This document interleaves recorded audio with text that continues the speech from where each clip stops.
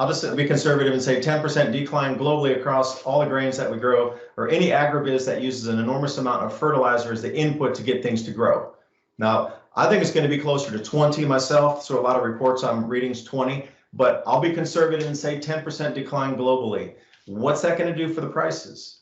And look how much business there's not happening now. It's almost as if this hole in the door is being pushed on purpose. The rising prices, the hyperinflation, access points to food, higher food prices, inavailability of foods, the rationing, and the whole thing is the human impact. How are they going to react to this? Well, you already know how they're going to react. They're going to be angry. They're going to the streets. They're going to want change. And you know what? Boom, there's already a solution. The assets have already been pre-positioned for the army and the military to roll in and control all food.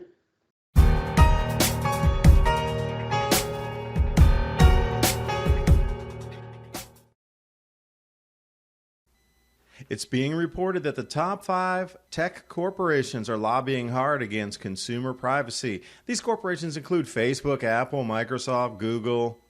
Amazon has also successfully lobbied against 36 privacy protection bills across 25 states. I do everything in my power to ensure my privacy online, which means I use a VPN. That also means you'll prevent advertisers and corporations from creating profiles on you. You can head over to virtualshield.com, and in the download tab, I'm going to choose Firefox and click install now to add the Virtual Shield add-on. It's just that easy. And get started with your free 30-day trial. Install it, click connect. You'll see the shield turn from red to green, and you'll see how from my initial service provider I was able to even change my IP. Virtual Shield Network protected. I partner with Virtual Shield to give the Adapt 2030 audience a 50% off for life and a free 30-day trial of Virtual Shield during the holidays. Go to virtualshield.com/adapt 2030 or click the link in the description box below to start protecting yourself online now. Hello, this is Jeff Nyquist, and with me is David Dubine. Hi, David. How are you doing tonight? Yeah, doing well. It's good that we're having a second chance to talk on what originally we had both talked about politically, temperatures, weather patterns, food price rises, and it all seems to be hitting exactly what we talked about in the prior interview. I was wondering to ask your opinion of something. You've heard about, Professor Hapgood supposedly working with Einstein about this. And the CIA. And the CIA with some kind of discovery they made decades ago about a periodic catastrophe related to pole shift, related to the Earth's electromagnetic field, going away and then reversing and recharging. Something happens then, and they've been keeping it secret, haven't they? And that's the Adam and Eve story. Right, the Adam and Eve story. And, I know, Hapgood's famous for the maps of the ancient sea kings. Very unusual book. If anybody gets a chance, it shows that they had these maps in ancient Alexandria back in way back in before Julius Caesar. And these maps were copied from copies and copies of copies. And when the Turks sacked Constantinople in the 15th century, these maps were captured by the Turks. And in the 1920s, a U.S. naval officer was given these maps from I think it was a Turkish naval officer, Paris maps, they call them. And Hapgood published them in the maps of the ancient sea kings. And these maps are unusual because they show the coast of Antarctica ice free. And the maps are accurate. And the maps are very, very old. These are pre-Columbian maps, before Columbus. Antarctica wasn't discovered until the early 19th century. They didn't even know it was there. And so this is very intriguing. And they made, do you know what was it that they discovered that they're keeping secret? Do you have any idea what it is?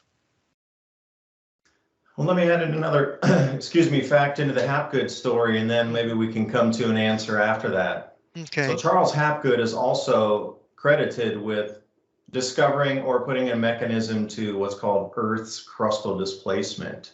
Yes. Where the Earth will literally roll over on itself. So with those two pieces in mind, they couldn't explain how Antarctica got suddenly flipped from being tropics with ferns and the fossils down there in the coal beds, etc., being turned all the way down to the bottom of the planet but he had all the ancient sea maps understanding that. So now they were trying to put a mechanism with why Antarctica was down there, why these maps were there. And then he came up with the same idea that there is at some point a 0 point. And I'm not talking about David LaPointe's 0 point. I'm talking about they're just saying the magnetic field went to 0 or near 0, both on the sun and on the earth. And our earth was able to spin and maybe do a quarter turn, like the 23 degrees. And then when the magnetic fields relocked themselves, they did. But our earth has not always been at this tilt on In the fact, ecliptic. And they were trying to explain that all the way. So I don't know what's the hidden part there. They found tropical corals underneath the ice of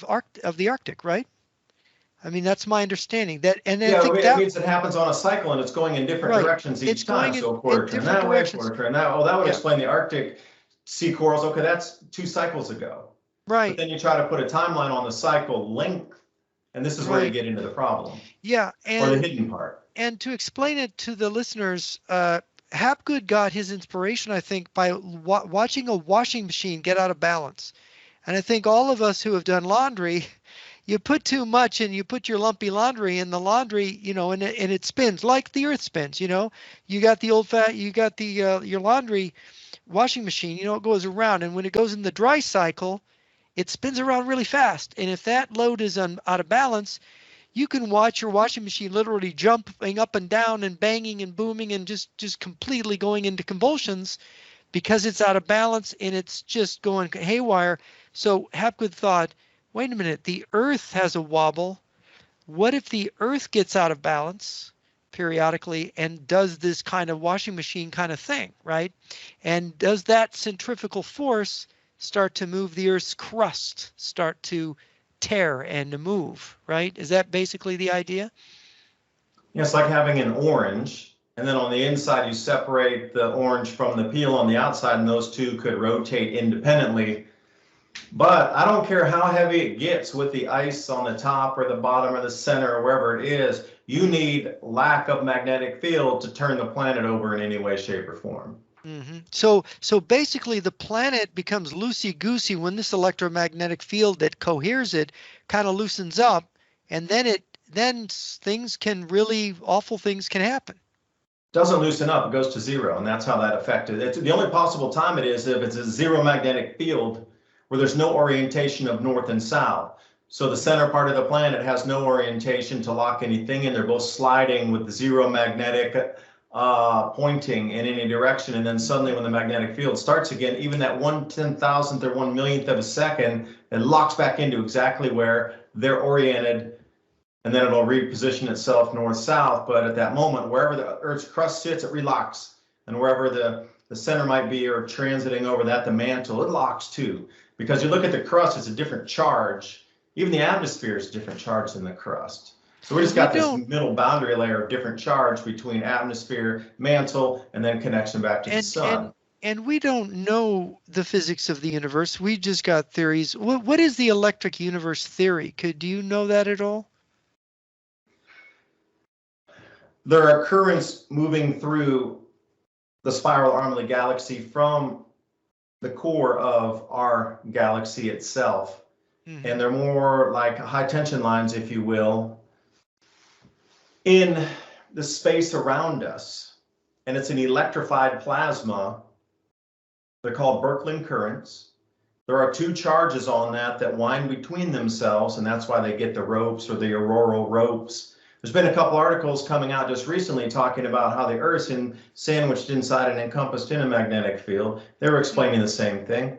Mm-hmm. So imagine one, like I'll go back to the coffee shop example, if you put more charge or more current into that, it's going to make something glow more highly. Okay, our sun is sitting in one of these Birkeland currents in our local star system. So the charge from elsewhere, the other end of our spiral arm of our galaxy, the center of the galaxy, whatever, has turned down that charge. And it seems to be an electrical frequency with a predictability in the cycle. And when that steps down, our sun responds to that. It steps down too. So it affects. And when it gets more highly charged, our sun steps up and has different effects, locking our jet streams in pattern and the cloud cells. I see. So it could affect a whole bunch of stars at the same time. Yeah, they've seen entire star fields have anomalies either disappear or all start glowing red, which is an indication of all of them novaing at the same time. And that's just Really? within what we can see right now. A couple of years Right. ago, there was an article, more than 1,000 stars just disappeared. Wow. But they didn't disappear. See, they didn't disappear. The current flowing into them turned down, so they came out of visible glow mode of what we can perceive with our eyes and come out So of the you just visible needed spectrum a, range. yeah, okay. That's So how we they just, stopped glowing, is the current got turned down so they didn't glow as brightly. so you think that the evidence for this electric universe model, there is evidence for it? There is, because when you look at Earth's temperature and climate over 12,000, 100,000, even going back to the ice ages, it's a pulse. It almost looks like a heartbeat. It's very Oh, electrical. yes, When you yes, look at yes. all these different charts going back in the past, especially the longer ones, the million-year charts that are broken down, look at about every 100,000 years, you see a pulse. It's like a heartbeat. Doom, doom. Because the Earth Mm. spends 90,000 of those years in ice state. These 10,000 years, they might make you think like it says all the time, but it's not. It's very rare. We get 10,000 years of warmth and 90,000 years of ice. Ice is the normal state of this planet. Only 10% of the entire time are we at this warmth level. Yeah, And how can you in explain fact, that coming into yeah. the ice ages and exiting the ice ages? You can't tell me every single time it's a comet hitting something to create magma that blows out and suddenly it gets hotter, or something hit the sun and we get these things on this exact frequency of 100,000 years. That's not possible. Not possible. Yeah, of course, we've been in a kind of ice age for 2 million years now. Hmm. Look at the Basically, that's, frequency of that, though. When you look at those ice age charts, look at it looks exactly like you've seen EKG in a hospital. yeah, for 2 million years. Um, That's just a so coincidence, though. That's just it's coincidence. just a coincidence. Yeah. So the real thing to fear is global cooling and ice, basically. No, the fear is not being able to respond quickly enough, and governments not even wanting to have the conversations and Yeah. not wanting to respond and not getting the citizens to respond. We can adjust to the temperature changes. We can Yeah. adjust our food growing latitudes. We can substitute crops. There's an enormous amount of things. Vertical indoor ag. We can take all these malls and parking garages that are not used anymore, wink, wink, and suddenly turn those into indoor agriculture centers and create jobs and do all these things. But it's the response that's the scary part. We can respond to it, but the governments do not want or are not letting, and they're distracting with so many other things when we could be coming at solutions for this. But again, probably doesn't want everybody to move into the next world. So the solutions are not forthcoming. And, conversations like this are not promoted and pushed in algorithms because it goes against the science of things getting, warmer, colder. I don't know what it is anymore. Yeah. Well, it seems to me that our institutions are failing us right now. And it's a complicated subject in itself, why our institutions are failing. And is there anything else we need to cover that you can think of that we have missed here in trying to update people on this story of global cooling and where we're headed? Well, just understanding the fertilizer, not going to, it's still going to be available, but CF Industries was saying at the wholesale level, we're talking buying 1 million tons forward Mhm. or whatnot. You're going to be seeing a 45% increase in the price. Now, by the time it goes Yes. to the next distribution point and then it comes out to your local co-op or you get it in, Home Depot or whenever it gets there, it's going to be at least double or triple the price. I talk to farmers If you up can get here. it. Yeah, I have a friend who's a farmer, and he's talking about fertilizer prices doubling or tripling. Right, but the And the yields are going to go down 20%. And yeah, that's what not a lot of people are talking about. And if anybody's been following the Sri Lanka mayhem down there, see, Sri Lanka was being so woke and they said, well, no more chemical fertilizers in Sri Lanka this year. mm, So they cut off all chemical fertilizers coming in, only organics or what you made. So they set up all these village co-op programs where one village would make organic fertilizer for all the farmers around the area. But even doing that, their yields were down 50%. So then they had to save the day by bringing back chemicals to boost them, mostly potash, to kick everything into high gear for the last month or month and a half of maturation. But just generally across the globe, if you think we're going to go with the fertilizer production this year, we're going to get 10 I'll just be conservative and say 10% decline globally across all the grains that we grow, or any agribiz that uses an enormous amount of fertilizer as the input to get things to grow. Now, I think it's going to be closer to 20 myself, so a lot of reports I'm reading is 20, but I'll be conservative and say 10% decline globally. What's that going to do for the prices? And look how much business there's not happening now. It's almost as if this hole in the door is being pushed on purpose. The rising prices, the hyperinflation, access points to food, higher food prices, inavailability of foods, the rationing, and the whole thing is the human impact. How are they going to react to this? Well, you already know how they're going to react. They're going to be angry. They're going to the streets. They're going to want change. And you know what? Boom, there's already a solution. The assets have already been pre-positioned for the army and the military to roll in and control all food and your life.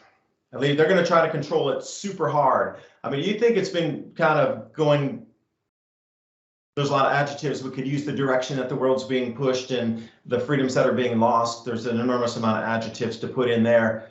But I'm going to say this next 2022 and 23 are going to be hard pipe hitting years for these police and military to come in. They've been nice until now, but when it starts in the middle of 22 next year, they're not going to be nice. You're going to need to get in front of that. Learn how to grow food, buy some food, stock some food, get your communities ready, because the amount of change we're going to see is going to be a once in a 2,000-year event of change happening in 3 years here. Exponentially coming in. So it's all like when you talk to Valentina Zarkova, you hear this thing that it is going to be in the next 2-3 years. We're going to see this change, and they're not going to be able to maintain the global warming narrative much longer, are they? No, they're going to be worried about maintaining food prices and preventing riots from overthrowing governments every day. That's going to be the new thing. Forget the global warming. How governments are going to respond to retain their power when hundreds of millions, if not billions of people go onto the streets because of this food crisis globally. Well, I would suggest that the people that have been telling us it's been getting warmer are going to get overthrown, because everyone's going to say, you lied to us. You said it was getting warmer, and that would be good for growing food, but it's getting colder, and you knew, right? Isn't that what's going to happen? Well, that's one way to look at it, is pointing the finger, blaming everybody. We're past that. It's action time. See, governments should be stepping up this very second, and on the next hour's newsfeed, we should be seeing solutions for growing, explaining what the problem is, explaining where we need to go, and how we can each take action in our communities based on the latitude you live. Like, there should be daily reports of what species can grow in your latitude, how much rainfall there is, what kind of government subsidies could there be for water and fertilizer, putting out a greenhouse, they're paying you to put solar panels. Why aren't we all being paid to put greenhouses out? And why aren't we being paid to put barns and raise our own chicken and get all these things into, not me raising, 7 chickens and 9 ducks or something, but having an area for the community to do it, and everything being pushed for our own food self-sufficiency, but none of that is forthcoming. None of it. No, it's not happening. No, there's not. So I just look at this and say, well, this is the turning point. Since nothing's been done to this point, then you're going to have to take action on your own, because nobody's coming to help you. If a seal pops out of the ice, or you take you know what I mean? It's going to be like that for 2 to 3 years on the planet, the whole planet.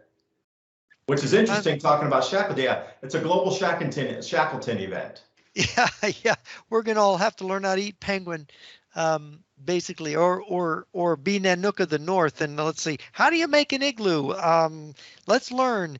When you realize that people have survived in all kinds of conditions, and they do, that some people will adapt and survive and others will not. And it does seem that's where we're headed for sure. Well, very good. I'm not going to be one of those. And the message I can give out, as long as I still have breath, is please get ready, because if you're more ready and our communities are more ready, we're all going to get through this way, way, way better. So it's not about me stocking food in my basement and surviving it while you have a terrible time. It's not like that. It's about trying to get as many people on board as you can, so everybody can have an easier life moving through this, working together. The more people prepared, the better for me. More people prepared, better for everybody. But thanks, Jeff, for having me on so we can discuss your issues. Hopefully somebody, if even 100 people watch this video and start taking action, this is my hours well spent. Even if one One person takes action after watching this video. Thank you for spending the time and taking some action after this. It's worth my time to talk. So at least one more person is going to get more ready, and maybe it'll be the butterfly effect or whatever that is, that person will be the person that rolls it over on the planet to help us get ready or go through these changes.